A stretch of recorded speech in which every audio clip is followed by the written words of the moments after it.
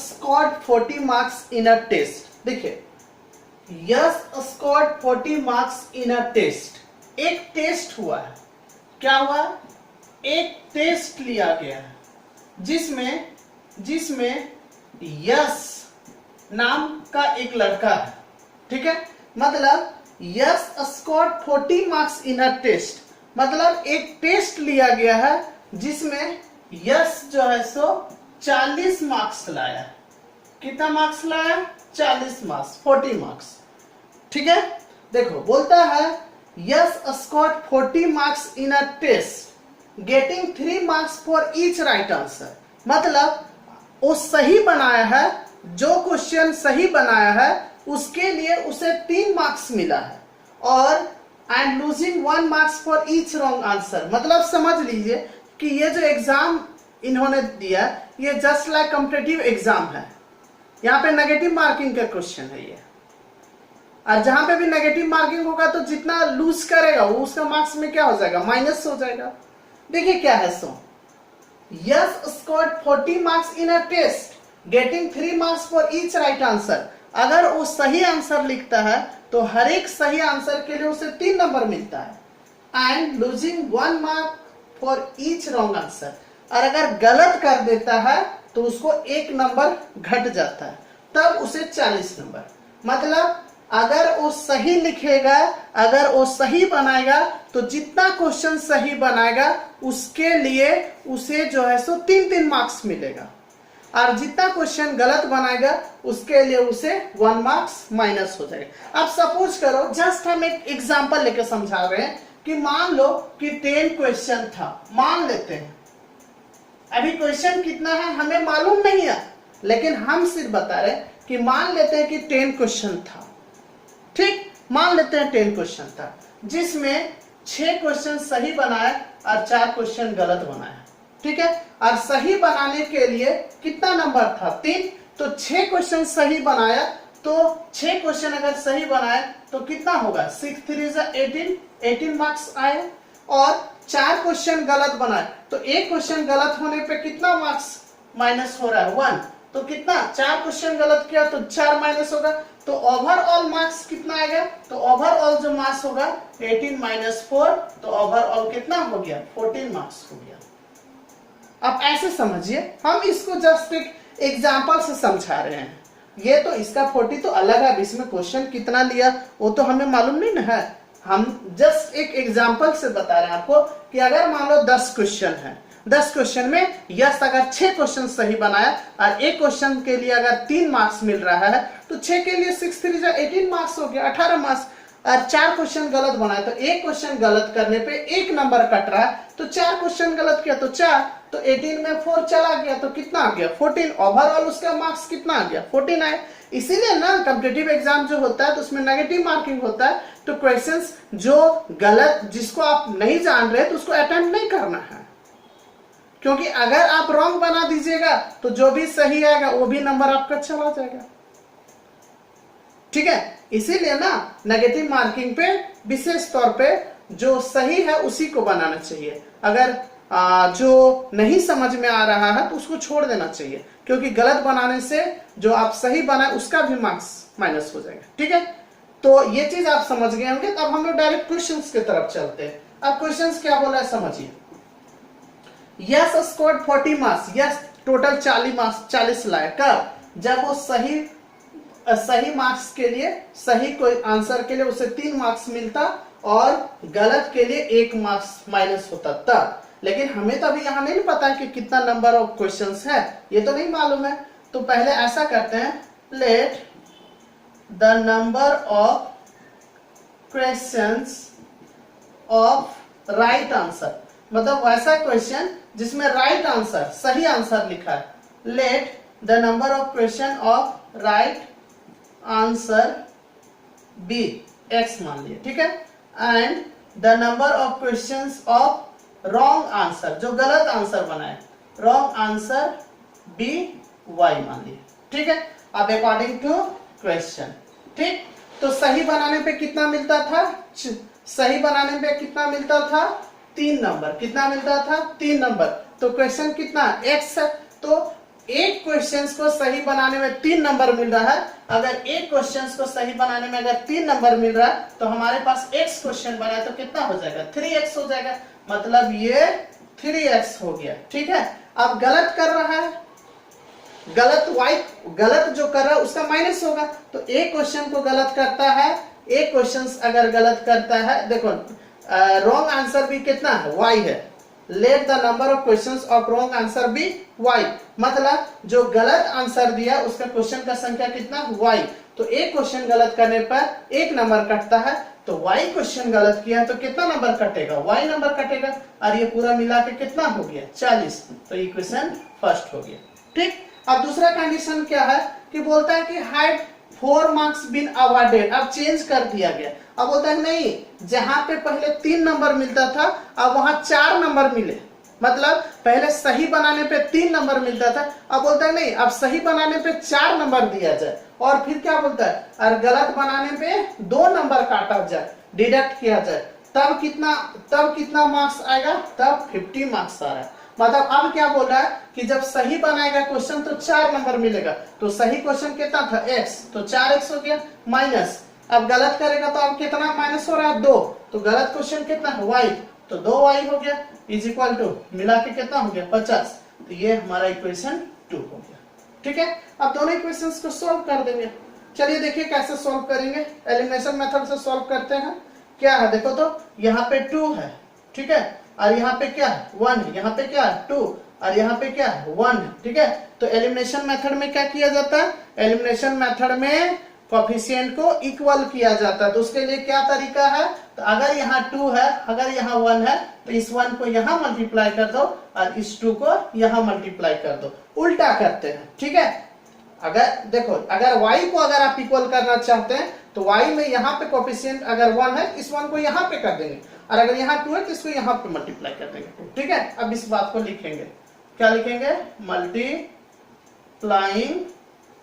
Equation 1 by 2 and equation 2 by 1। हालांकि इसको 1 से मल्टीप्लाई करने पे कोई चेंज नहीं होगा, लेकिन जस्ट हम आपको समझने के लिए बता रहे हैं। मान लीजिए अगर यहाँ पे 3 रहता तब तो उस केस में करते हैं ना, इसीलिए हम लिख रहे हैं, और कोई बात नहीं। ठीक है, चलिए क्या हो जाएगा बोलिए, 2 3 जा 6x minus 2y is equal to 80, ये इक्वेशन हमारा थर्ड हो गया, और इधर क्या होगा 4x minus 2y equal to 50, ये इक्वेशन आपका 4 हो गया। ठीक है, तो यहाँ से हमारा 2 इक्वेशन आ गया।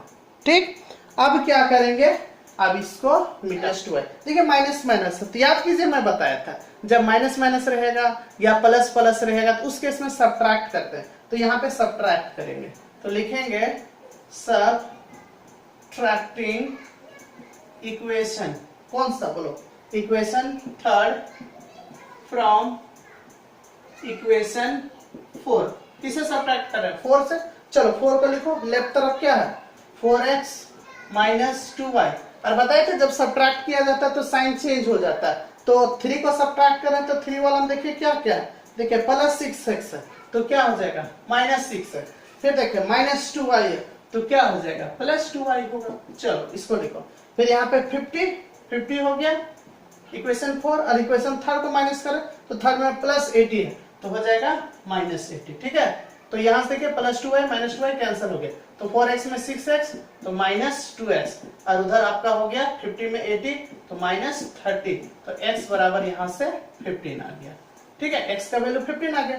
अब इस x का वैल्यू को इक्वेशन 1 में रख देंगे, वहां से y का वैल्यू निकल जाएगा, तो लिखेंगे putting the value of x in equation 1।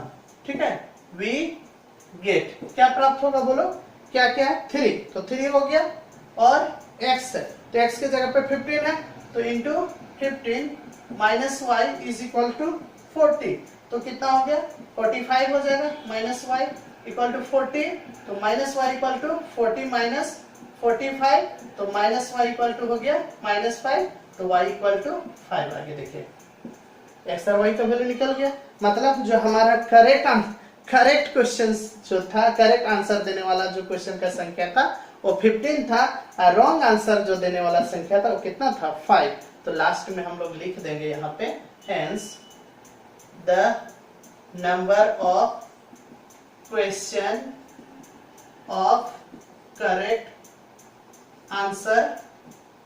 Answer be x equal to 15 हो गया, and the number of question of wrong answer be y is equal to 5 आ गया। ठीक है, चलिए, तो ये आपको समझ में आ गया होगा। नेक्स्ट क्वेश्चन इज, देखिए 4 का 5 नंबर क्वेश्चन है, वर्ड प्रॉब्लम है। वर्ड प्रॉब्लम को समझिए, एकदम एक एक पॉइंट को समझिए और बहुत बारीकी से मैं इसको समझाऊंगा, एक एक बात को हम यहाँ पे समझाएंगे। अब ध्यान से देखिए, मैं इसको एकदम 0 लेवल से आपको समझा रहा हूं। मैं ये जान के, मैं ये समझ के आपको बता रहा हूं कि यू डोंट नो एनीथिंग। मैं ये समझ के आपको बता रहा हूं कि आप नहीं जानते, आप कुछ नहीं जानते इसके बारे में। इस चीज को समझ के हम आपको बता रहे हैं। ठीक है, आप सिर्फ वीडियो को देखते रहिए, एक भी अगर 1 सेकेंड भी अगर आप स्किप कर देते हो वीडियो को तो समझने में बहुत प्रॉब्लम होगा। एकदम ध्यान से देखो, एक एक वर्ड का मतलब होता है, समझिए कैसे। The area of a rectangle gets reduced. The area of a rectangle, अब तो सबसे पहले यहां पे आ गया रेक्टेंगल, रेक्टेंगल आ गया, और फिर आ रहा है एरिया। तो भैया सबसे पहले रेक्टेंगल का क्या एरिया होता है ये तो पता होना चाहिए ना, तभी तो आप बना पाओगे। तो देखिए पहले रेक्टेंगल समझिए। देखिए ये हमारा रेक्टेंगल है, इस शेप को रेक्टेंगल बोलते हैं, बहुत बच्चा लोग से बताया जाता है इसको रेक्टेंगल है, जिसमें ये हमारा क्या है, ये हमारा लेंथ है और ये हमारा ब्रेथ है। इसको लंबाई बोलते हैं, इसको चौड़ाई बोला जाता है। ठीक है, और इसका एरिया क्या होता है, तो एरिया ऑफ अ रेक्टेंगल जो होता है वो लेंथ इंटू ब्रेथ होता है। ठीक है, तो आप बोलेंगे सर आप ये सब अच्छा वाला क्यों बता रहे हैं, ये सब हम लोग को आता है। कोई बात नहीं है, बहुत सारे लोग ऐसे हैं जो फर्स्ट बार देख रहे होंगे। ठीक है, बहुत सारे लोग ऐसे हैं जिनका मैथ्स बहुत ही वीक है, उन सब लोग के लिए मैं ये सब बता रहा हूँ। जो जान रहे अच्छी बात है, कोई प्रॉब्लम नहीं है। ठीक है, चलिए आगे देखते हैं। अब हम लोग यहाँ तक का लाइन अभी तक क्लियर कर लिए। अब बोलता है the area of a rectangle gets reduced. अब रिड्यूस्ड बोला, तो रिड्यूस्ड का मतलब क्या होता है, रिड्यूस्ड का मतलब होता है कमी हो जाना, घट जाना। रिड्यूस्ड बाय 9 स्क्वायर यूनिट, कितना कम हो जाता है, 9 स्क्वायर यूनिट्स। कब, if its length is reduced by 5, अगर उसका लेंथ को घटा दिया जाए कितना, 5 यूनिट्स, और ब्रेथ को बढ़ा दिया जाए कितना, 3 यूनिट्स। देखिए समझिए क्या बोला।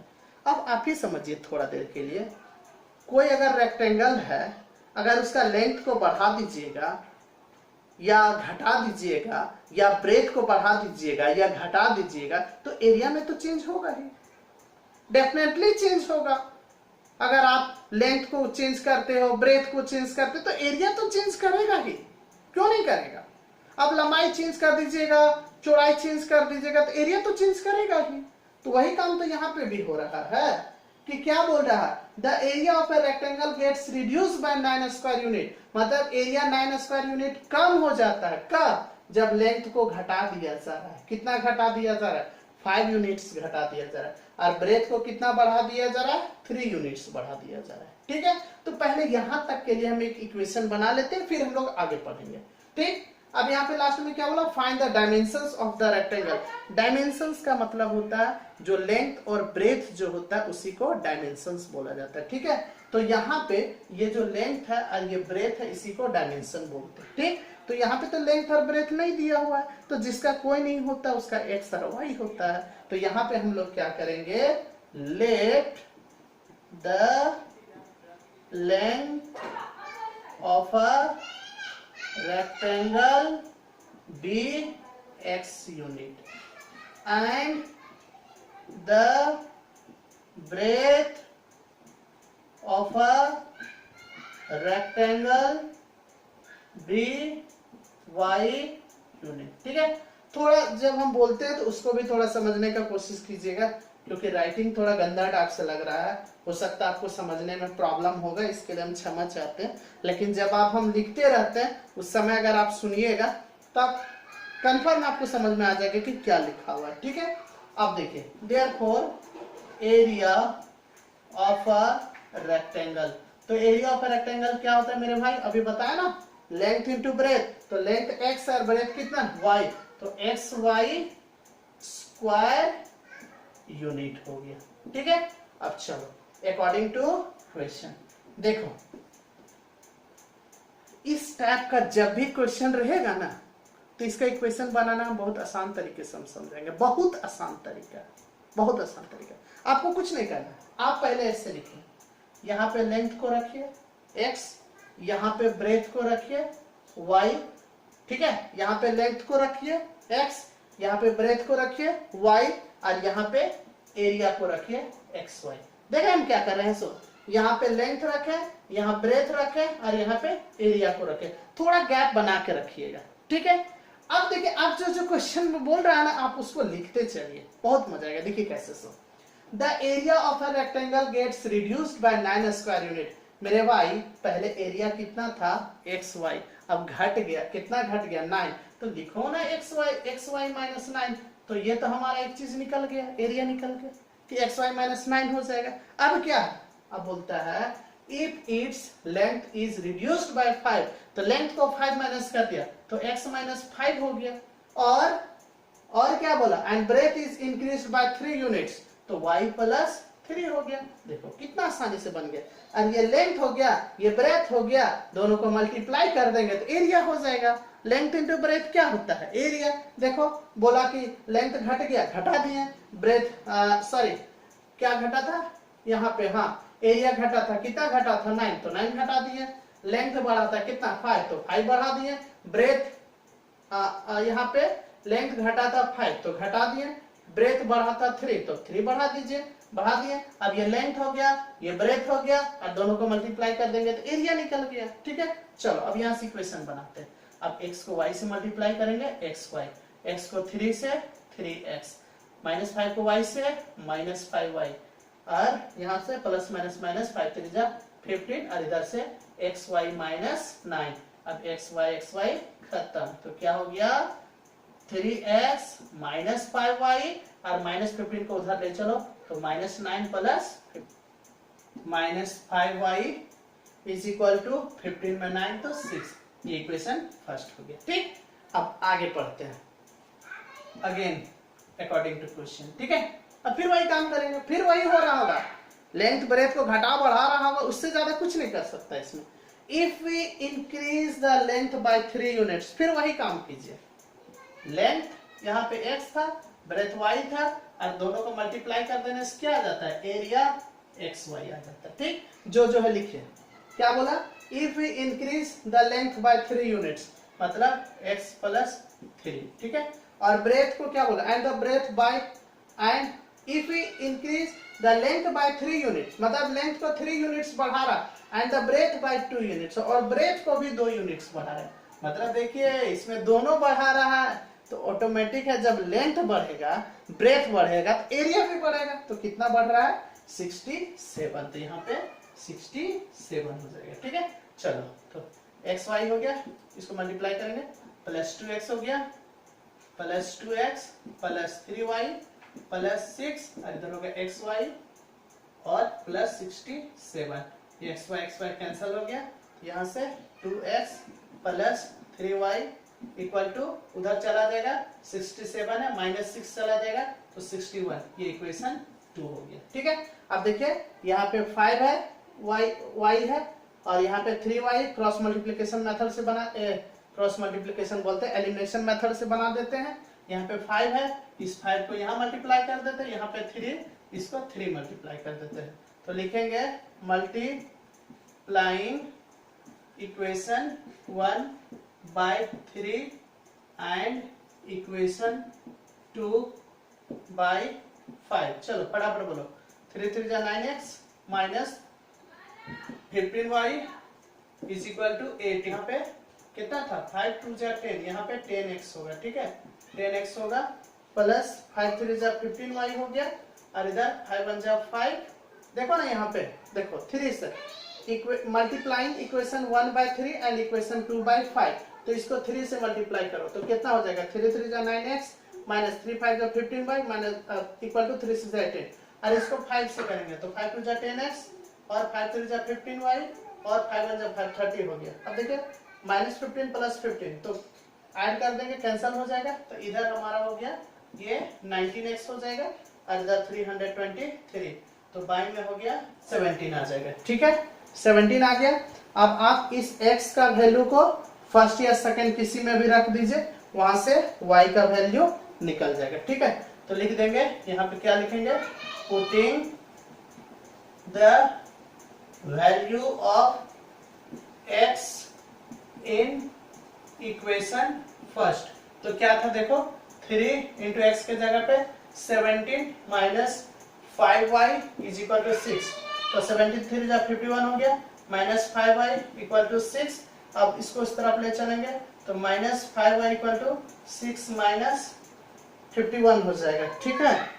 तो ये आपका minus 5y equal to minus 45 हो जाएगा, तो y इज इक्वल टू 9 आ गया, ठीक है।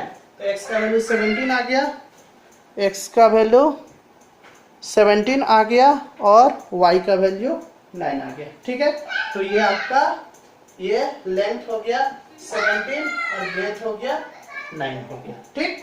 इस तरह से आप लास्ट में यहाँ पे लिख दोगे कि hence the length of a rectangle be x equal to 17 unit and the breadth of a rectangle be y is equal to 9 unit. देखिए x का वैल्यू 17 आ गया और y का जो वैल्यू आपका आ गया वो 9 आ गया, ठीक है। तो उम्मीद करते हैं ये आपको समझ में आ गया होगा। इस तरह से ये आपका एक्सरसाइज खत्म हो गया, ठीक है। अगर आप इस तरह का और भी वीडियो अगर देखना चाहते हैं तो आप कमेंट में लिखिए कि कौन सा चैप्टर का आपका वीडियो चाहिए, ठीक है। और प्लीज सब्सक्राइब करना ना भूलें।